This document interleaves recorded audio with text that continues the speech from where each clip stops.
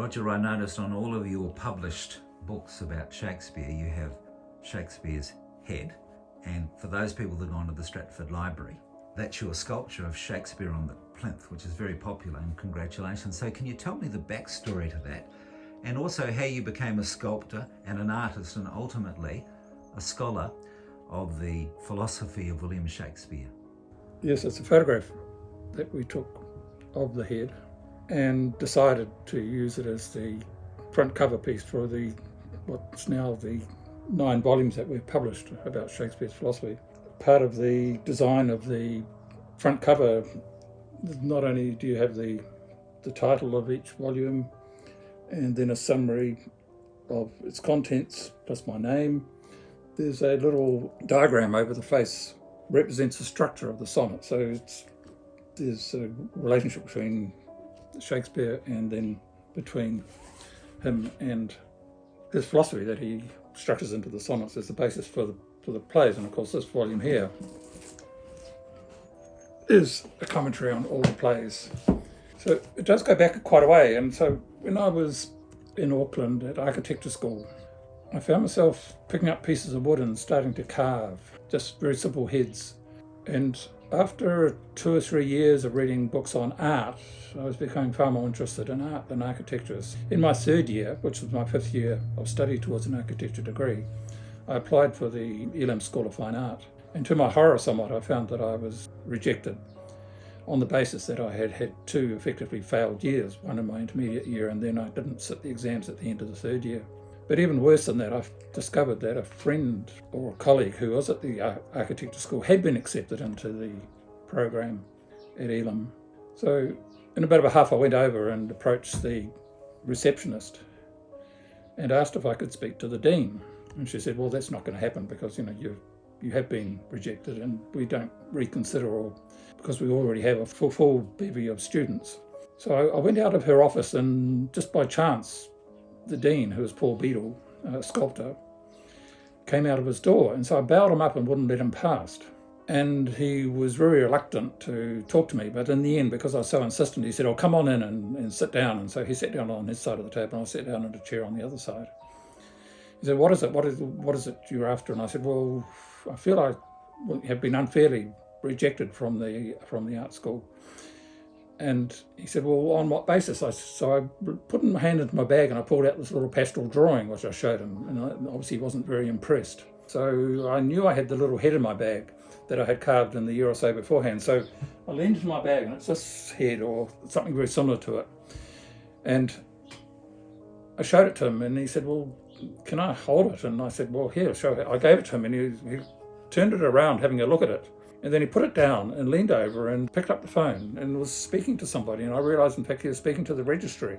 And when he put the phone down, he said, right, you are now admitted as a first-year student into Elam School of Fine Art. And I was quite gobsmacked.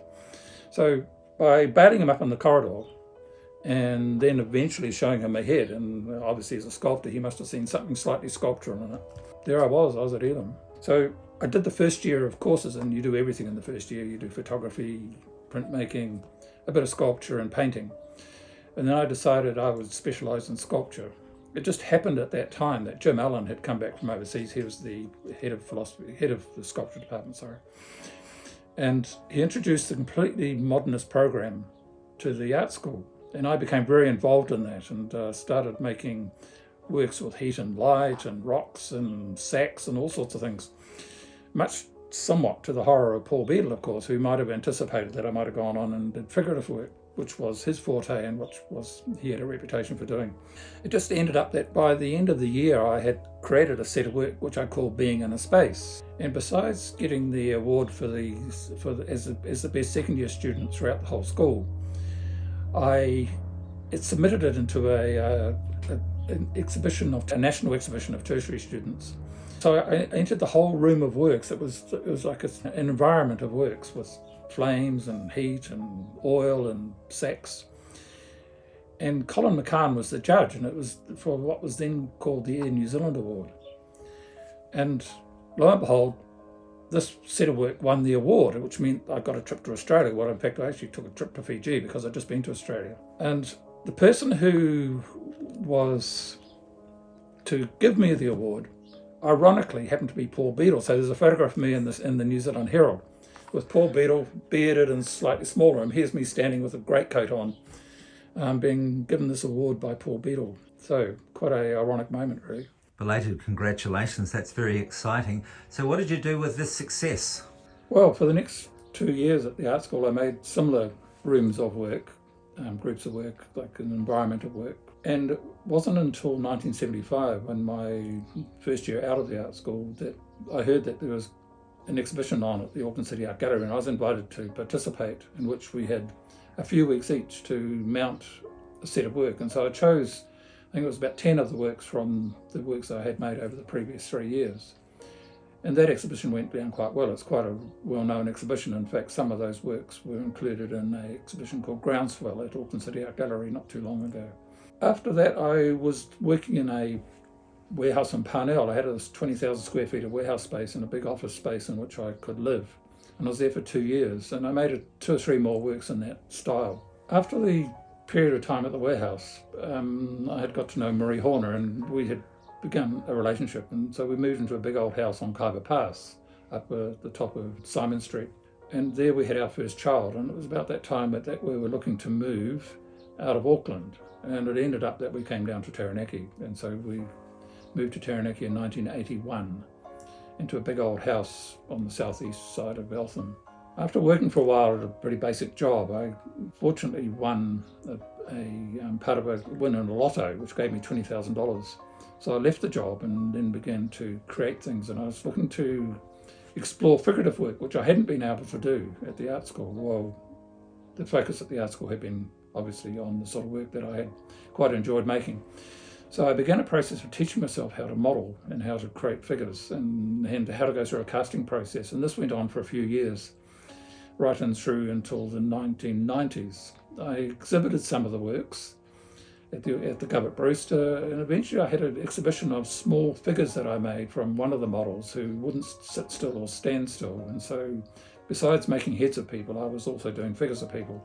And out of that came this exhibition at the Stratford Gallery, which I put 130 small figures over the inside and the outside of the gallery. It's called a dome show, and I had some large tubular steel structures as well. The interesting thing about that ultimately is that I met with Joanna Margaret Paul, who was running a Shakespeare group in Wanganui, and I started to attend. And it was a couple of years later that they started to read the sonnets.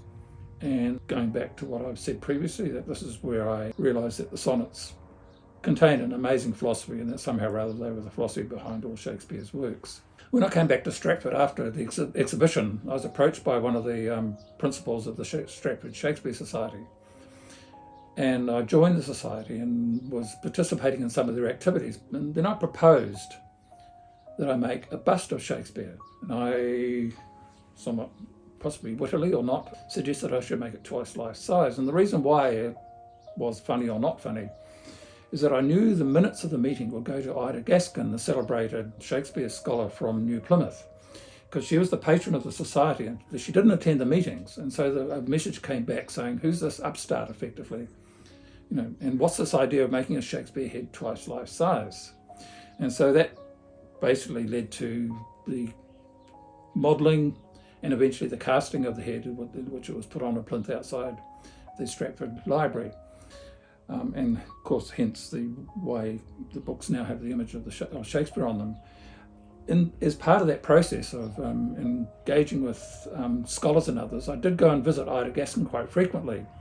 And she used to get quite annoyed at me because I seemed to have a totally different approach from the academic and more scholarly secondary school approach that she had. And when I arrived one day with a van and I knocked on her door and she answered and looked at me and she said, I know why you're here, Roger. It's that head. And so I went out to the back of the van, I flicked the back of the van open and she looked at it and she seemed to think, it's not bad, but twice life size? And she couldn't get over the idea that I made the head twice life size. It was quite odd because, she had quite a strange take on Shakespeare, but she was also being quite pissy about whether it should be the right size or not. So Roger, you got your way. Shakespeare's head twice life size. What happened then? There was a process that we went through because with the Shakespeare Society, they obviously had some funding, but they didn't have enough funding for the casting of the bronze. But in talking to the council, there was a councillor who was really quite interested in promoting Shakespeare, because Stratford is a Shakespeare town with all the streets named after characters from Shakespeare's plays. And it's called Shakespeare on Parterre, as against Shakespeare on Avon, for instance. And there are groups of Shakespeareans from the various Stratfords of the world. At that time, every 2 years or so, there would be a meeting in the Stratfords of the world at some point in either Australia or Canada or back in England. And so at that point in time, there's quite a bit of interest in Shakespeare. So the council decided to not only pay for the casting of the bronze, that they would also have a plinth made. There was a concrete worker in Inglewood who was engaged to make the plinth. And with the plaque cast, the thing was put in place outside the library. As far as I know, there hasn't been any negative reaction to it. There was a moment not too long after that Billy Connolly visited New Zealand. And he went around photographing all sorts of things, New Zealand. And I did hear that he went into Prospero Place, which is where the bust is against the side of the building. And he did make some footage of the bronze casting. But when I looked at his item on Taranaki, that had been cut, and so somewhere in Billy Connolly's vault, there's some footage that his cameraman or he had taken of the sculpture. At that time, I was advancing my writing into Shakespeare and my understanding of the philosophy, and so I began a series of commentaries in the Stratford Press. The idea was that I would put in a commentary on each of the 154 sonnets every 2 weeks.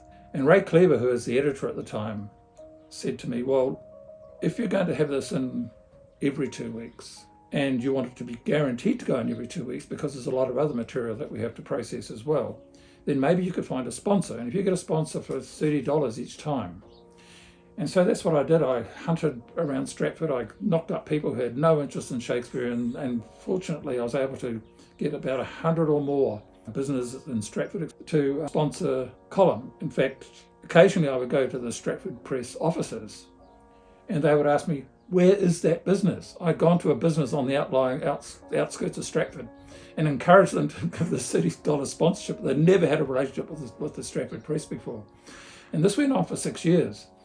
And it wasn't too long into the process, probably about 2 or 3 years, halfway through maybe the writing of the sonnets, that I got a call from a news hound in New Plymouth asking if I would do a 90-second soundbite for a news item. And I was thinking, well, if you want to, you can come down and try and get a 90-second soundbite. He came down and there never was any news item, but he kept on coming back and has been an amazing companion and editor of the material over the last 20 or more years. He was very much part of the process of the editing and preparation of the 4 volumes that were then published in 2005. So 10 years after I landed on the philosophy in Wanganui at the reading of the sonnets, I was able to prepare and publish a 1,960-page volume of about 600,000 words in 4 volumes explaining Shakespeare's philosophy.